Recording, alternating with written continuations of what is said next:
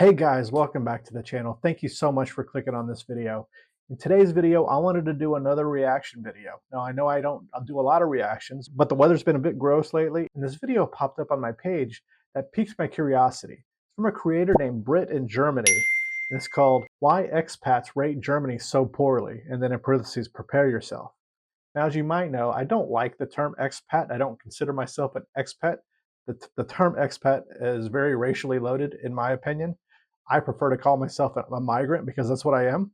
I am very curious about this video on what Brit in Germany has to say, and if expats do in fact rate Germany so poorly. So let's just hop into the video.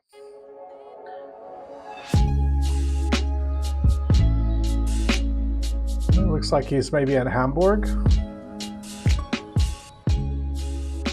In the last decade of yearly surveys, which Internations has conducted across dozens of countries, one country in particular rates consistently low on many categories. Founded in 2007, Internations is a global networking organization with the stated mission to make life abroad a great experience. I don't think I've ever heard of Internations. Based on the experiences and opinions of many people across dozens of categories, including healthcare, the job market, the friendliness of the local population, housing infrastructure, and many, many more. Now, these results are pretty damning, and it would be very easy to just write them off as subjective opinions which are not representative. But if the results are consistently similar over a long period of time, then this has to raise at least a few questions. Surely this can't all just be expats hating on Germany. So what is actually going on in this case? According to the survey, expats in Germany are among the unhappiest and loneliest worldwide. They have a very hard time making friends, finding housing, and dealing with Germany's lack of digital infrastructure. So I can see where this would be coming from. I've mentioned before, I made a video about loneliness as an immigrant, and it's certainly a thing. It's more difficult to meet people here. Germans aren't rude. I don't think that's the right takeaway. It's that they keep to themselves, and you have to go out of your way to make the effort. It's not a very welcoming culture.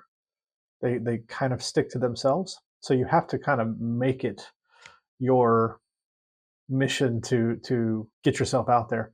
And honestly, a lot of people using the term expat, let's just say, are particularly unwilling to do that. They're usually unwilling to learn the language. They're maybe here for a short time, a year, 6 months, a year, 2 years.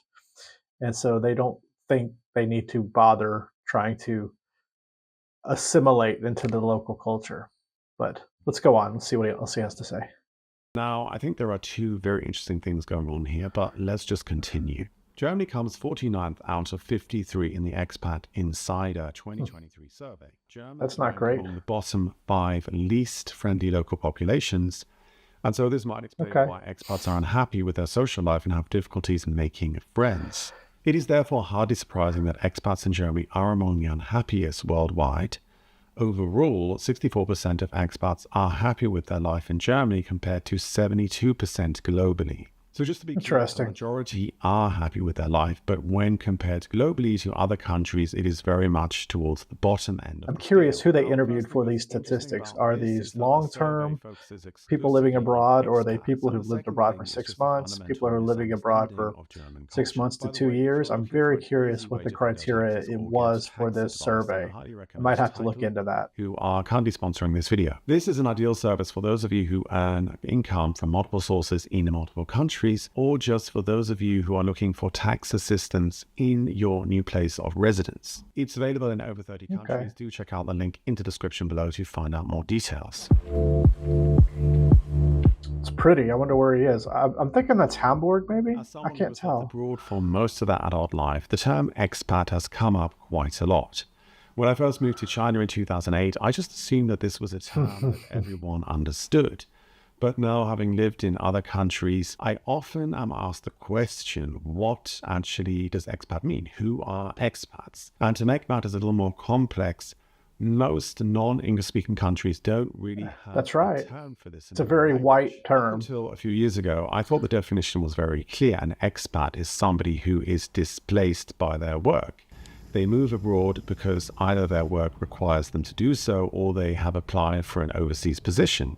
The primary reason for moving is not the search for a better life, although that might come into it, but really just because their company requires their skills elsewhere. In this sense, expats use this as a career. That is also what we call a migrant worker. And they don't really That's what a have strong migrant intentions of is. moving there permanently. Germany actually excels in a number of categories related to work. The country rates 15th in the Working Abroad Index. Job market is 4th and job security 5th, which makes it into the top 5 worldwide. Excellent job market and job security. Expats really appreciate both the infrastructure for cars and the easy availability of green goods and services. If this definition that I've just laid out is something we could agree on, it does go some way to explaining why expats really struggle to get set up and to thrive in Germany. Part of the reason being is that if you see yourself as an expat, you very much identify with your birth country and have little intention of really integrating into the new country that you decide to move to. Which is what I just said. That is what I just said, isn't it? And so less of an incentive to get fully integrated. Now, this is a very ambiguous point, which That's what I just said, right? You have less incentive to assimilate into local culture and to learn the language and to become part of the community. If you consider yourself an expat, you consider yourself outside of the culture. You more identify with your home culture, and you're just a visitor. So obviously, if you're there for a long time, you're going to be less happy. You're going to be less satisfied, because who wants to become friends with you if you don't consider yourselves part of their world? You know what I mean? Let's jump back into it. We'll come back to later, and I'll also go into why German culture in particular is very difficult to adjust to. But just having this mindset alone means that you will make less of an effort to integrate than if you had the mindset that this was a permanent and final move. B-I-N-G-O, bingo was his name-o. Definition. If you I do not. The dictionary definition of expat, there is no real distinction made between expat and immigrant. I myself have been asked, I will say fairly civilly on this channel, to not use the word expat because it is, well, racist. There seems to be growing pushback against the concept of the expat because it is racist, classist, and bigoted. Now, these are very damn right it is. So I decided to look into this, and I really wanted to understand where this idea was coming from and why certain people feel marginalized or even victimized. This led me on a very dark journey to some rather questionable corners of the internet and actually sort of threw out more questions than answers. I came across a lot of rant posts, emotional outbursts, and just generally the bemoaning of the unfairness of life. This rant post in The Guardian from 2015 specifically seems to be the basis for many subsequent arguments. I tried to find more objective data on the topic, which was not particularly easy, but I did come across some sources detailing the origins of the term expat. The term expat does have its roots in colonialism, where citizens of colonial powers living in colonies were termed expatriates. This usage has evolved, but some scholars will still argue that the underlying power dynamics remain, where expatriates are seen as superior or more desirable than migrants, perpetuating a mindset. Freaking men. Edward Said have pointed out that the word expat often carries a sense of privilege and superiority, which can be traced back to colonial times when Europeans living in colonies were considered expatriates, while the local population or those moving to the colonizing country were not. Said and others like him argue that the term expat versus immigrant is not just a matter of semantics, but reflects deeper racial and socioeconomic divides. People from wealthy, predominantly white countries are often seen as cosmopolitan and global citizens, while those from poorer, predominantly non-white countries are seen as economic migrants, even if they are doing essentially the same work. Now, the term expat, that's what I'm saying, linguistically neutral and is just short for the term expatriate, which literally means living outside your native country. The term itself does not carry any inherently racial connotations and can be used to apply to anyone regardless of their race or socioeconomic status. Dictionaries and linguistic... His take right there, though, his take right there is very coming. His take is coming from a position of privilege, right? it's the privileged person. The privileged person can't say this is not racist because I don't think it's racist. That's not the privileged person's place to say, right? If the underprivileged or the non-privileged people say this is racist, then it's racist. Like, I don't know why this is so difficult. Honestly, I don't. And then it shouldn't be a big deal for us to be like, cool, if that's what you think, I won't use it. You know what I mean? Like, this is not that complicated, right? Studies show that expat is derived from the Latin word expatriatus, meaning out of the fatherland. Its original and primary meaning focuses on the fact he was doing so well there for a minute. On race or class. As I mentioned at the beginning, the term expat is associated with temporary or sort of work assignments abroad. It is particularly associated to professionals taking on work assignments abroad and can be applied to anyone fitting this description. Corporate policies and HR practices often refer to people who take on work assignments abroad as expats. And this is the same in Western and non-Western countries. The term is used to describe the nature of the work rather than an individual's ethnicity. I don't know if that's true. Or socioeconomic status. However, the work element of an expat... Again, that's coming from a place of privilege. And so there is an element of socioeconomic class baked into the connotations of this term. You kind of have... He doesn't understand what he's doing.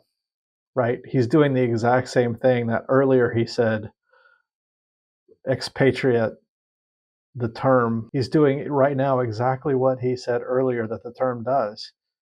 It's projecting a sense that because you have a certain job, because you're in a certain career, because you come from a certain place, you're better than somebody else. Now, he may not mean that, and I'm not saying this is what his views are, but this is what he's projecting by saying expat applies to certain careers where picking strawberries makes you a migrant worker, working on computers makes you an expat. A migrant worker has a derogatory connotation to it. Just look at American politics right now. But then using the term expat puts you above migrants. It says, well, you're not a migrant because you work on computers, you work in banking or finance or whatever. That's classist on its face. So he's kind of contradicting himself with this argument. And let's just see where he's going with this if this changes. To work for a company large enough. I also feel like maybe we're getting a little bit bogged down in semantics with why expats rate Germany so poorly. If we're bogging down in the meaning of this word, I don't know if... Let's see where he's going with this. Set up before you actually leave for the new country. And as many expats will know, these positions can be highly lucrative. Very often the company will handle everything from work visas to residency permits to setting up accommodation. Depending on where you move to and what your position is, you may get really huge perks like personal chauffeur, a company car. You'll be set up with many business and social networking events. And so obviously this kind of lifestyle is very different compared to the immigrant who has to do everything themselves. Germany performs very poorly in all three subcategories of the ease of settling in index. Local friendliness rated at 50th, finding friends 49th, and culture and welcome also 49th. Now, based on this discussion of expats so far, these results do not surprise me. I've talked on numerous occasions at great length about what I call the sincerity in Germany. Other people will probably call it bluntness. Just the fact that if you move here from the Anglosphere, you will no doubt find the Germans very rude. Most people in their first 6 months or first year will be able to relay an experience where Germans humiliated them or were very rude. They don't surprise me either. For people coming from the Anglosphere or also from many Asian cultures where politeness is really an integral part of the culture, this is one of the things that people really struggle with when getting set up in Germany. And obviously, if you are a member of a network like Internations, where you have a lot of other people who are going through very similar culture shocks and who will understand exactly what you're going through, why would you persevere? Why would you try to crack the walnut shell and really get to know Germans properly and try to make friends with them if you have this other subset of people, this group of people who are very similar to you and understand exactly what you're going through. And so because of this, Germans remain cold, aloof, and distant.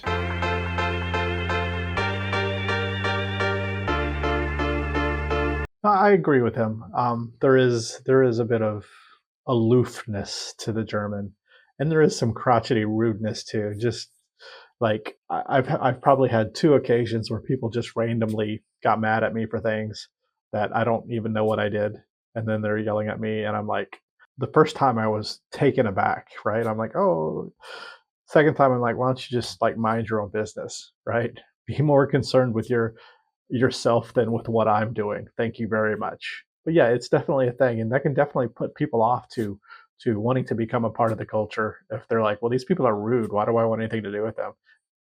But he's right. I don't think it's rudeness. We also often talk about the stare. Germans like to stare. And it's just because they're honest, and if they see something that they don't understand, they're like, I don't understand that. In the US and probably England too, I'm not so sure, we tend to be polite to an extreme, but it's a surface level politeness. It's the bless your hearts. When you say bless your heart, or I hope you have a great day, you don't necessarily always mean bless your heart, right? You certainly don't always mean I hope you have a good day. So it's that surface level politeness that is lacking here, replaced with probably a little bit more honesty, sincerity. I'm very curious where he is. It's pretty.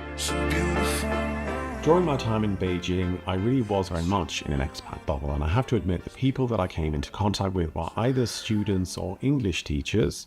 That happens, for sure. CEOs, CFOs, executives of huge companies, to do with business, engineering, aviation, finance, management consultancy, these kind of things. And so while I do think there is an element of class bound into the concept of the expat, I think the racial argument is a little bit thin. Internations themselves publish that one of their largest member groups are Indians, along with Americans and Brits and also many other European countries, and also Brazilians. And so if anyone from India or Brazil is watching this, please do comment down below. Would you call yourself an expat, or do you feel excluded from this concept? The local Chinese that used to mingle in these social circles in Beijing when I was there were also of a very similar socioeconomic status. They worked for big multinationals, they spoke very good English, they flew all around the world. And so what bound all these people together from very different cultures and backgrounds was really their socioeconomic status. Had nothing to do with race. Expats rate Germany as the hardest place to get started. The racial aspect may be the weakest argument that I'm making, but I definitely think it's classist for sure. Germany ranks last in the Expat Essentials Index, which covers the topics of digital life, admin topics, housing, and the language. I've talked about that a million times, for sure. The language barrier frustrate expats immensely. German places last for cashless payment options and second to last for easy access to high-speed. I haven't had a problem with that. Half of the expats find it difficult to live in Germany without speaking the local language, and this is a problem, and 60% find German difficult to learn. Now, I'm not going to lie, my first 2 years here were really grueling. Like, it was not easy at all. But I came here with a mindset of integrating from the go. That was one of my main goals when I first moved here. And so I put a lot of energy and effort into learning the language. And I haven't put the same amount of effort. I've been trying, but not nearly as much as he has, clearly. A year of living in Germany, as opposed to now, 13 years later. Been 13 years. My answer would be vastly different. It really was a struggle getting set up here. But then again, I've never seen myself as an expat in Germany. I think part of the he doesn't even consider himself an expat. So I think, okay, yeah. This definition of temporary skilled worker, which I've been using up until now, while I think is the most accurate, it's definitely not watertight. For sure. with the rate and scale of globalization, you don't necessarily have to work for a massive multinational in order to move country. Solopreneurs and digital nomads have maybe confused the terminology even further. These are typically individuals who make money from the internet, and they move specifically to a foreign country to take advantage of the economic situation. So these are usually people from rich countries who go to live in poorer countries so that they can afford a better standard of living. While digital nomads and expats do share some similarities, I would argue that digital nomads are even less invested because they're nomads. culture, because they will just pick up and move if the cost of living rises or the economic situation changes. They will move to another country where it is again easier to operate from. The role of an expat working in a multinational corporation or a government department often really has a lot to do with furthering the cultural or the business interests of that country. And so they really are required to be economically and culturally literate in the country that they are living in. When I lived in Beijing, I did an internship for the China British Business Council, and as the name suggests, this organization was tasked with helping British business get set up in China. And if you are trying to help businesses get set up in another country, this not only requires you to know the language, but also the intricacies of tax law and regulations and a legal code and a lot of other cultural intricacies. And so the idea that expats, don't have anything to do with the local culture is really misguided, and I think peddled by people who have actually never been abroad. Now, this might be I don't think that's true at all. I just said at the beginning that that is very dismissive of other people who have different beliefs in the meaning of this word. And again, it's coming from a position of privilege. I completely disagree with that, and that almost turns me off from this entire thing.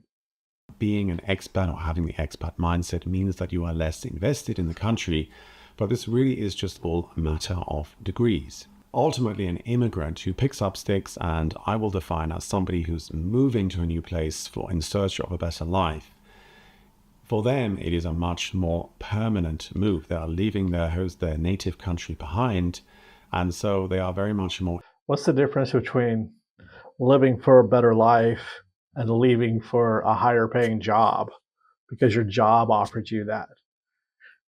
It's pedantics. He's saying they're the same thing. It's perpetuating a power culture here that I don't know. In making it work. Maybe part of the problem is that this definition has just become too loose and there are too many people calling themselves expats when they are actually not. Maybe. I, for example, would never refer to myself as an expat living in Germany. I've been here for over 10 years. I've changed jobs several times. I really don't have anything to do with the expat community in my city, and I feel fully integrated in German society. And I also would not call myself an immigrant, though, because I'm half Swiss, half British. I've lived in Germany for a long time. And although European countries do have a lot of differences, the culture on the whole has a lot more similarities compared to somewhere like China, where the whole... You're an immigrant, dude. You are, by definition, an immigrant. Germany. It sounds so simple, but I truly believe that if you make the move with the mindset that this is a permanent, final decision, you will be a lot happier in the host country wherever you end up living. Some have argued that I agree with that. Dropped altogether in favor of just the word immigrant. The problem with this, I agree with that. It does still have relevance and still describes the particular. It does not. It absolutely does not have relevance. We could just drop the use of the term expat and move on from the word, and we're all migrant workers. There's no racialized connotation. If bankers and financiers would start using the term migrant worker, it would lose its racial connotation. It would lose its derogatoriness toward a certain group of people. Connotations attached to the concept of expat. But my question is, what is the problem with that? It doesn't have to mean that there is some sort of miscarriage of justice. Every profession has economic connotations attached to it. Just thinking of like a lawyer or a bricklayer conjures up very I'm different not, images in but your mind. Is it wrong to think that the lawyer is educated and such a prepared for wild working take. class? Languages and terminology have This is evolved a over bad thousands take, of years, Brit in and while they Germany. may carry encapsulated within them outdated beliefs and ideas, they still have utility. Trying to outright ban or This is a bully bad people take. into the way they speak is a really very short-sighted. The linguistic landscape surrounding the movement and people will undoubtedly change and continue to evolve, but the term expat does accurately describe the movement. This is a very privileged view. So does the term migrant worker. So does the term migrant worker. Holy crap. If you are an expat, I can guide you to water, but I can't make you drink, man. And integrate into German society. I've talked about this many times, but my advice would be to join a club or a Verein, as they call them here. It doesn't really matter if that's a sports club, if it's a hiking club, a gardening club, cooking, reading, whatever it is. This is one way that Germans meet people and make friends. Because after all, that's what makes life worth living, isn't it? Thank you so much for watching. If you need tax advice, do make sure to check out title in the link below. If you want more from me, do make sure to sign up to my newsletter. The link is also down in the description. Let me know what you thought of this video. Please let me know how you see the term expat and why you maybe struggle in Germany. So that was actually a really good video, and it really good for several reasons. I don't agree with him at all, obviously, but I understand why people struggle with with life here sometimes. For that, it was really good. So guys, I hope you enjoyed this reaction. If you want me to do more reactions, leave me some suggestions in the comments. These videos you see or whatever, say, hey Seth, I think you'd like this, or why don't you do this? Let me know in the comments. So guys, until next time, I'll see you later.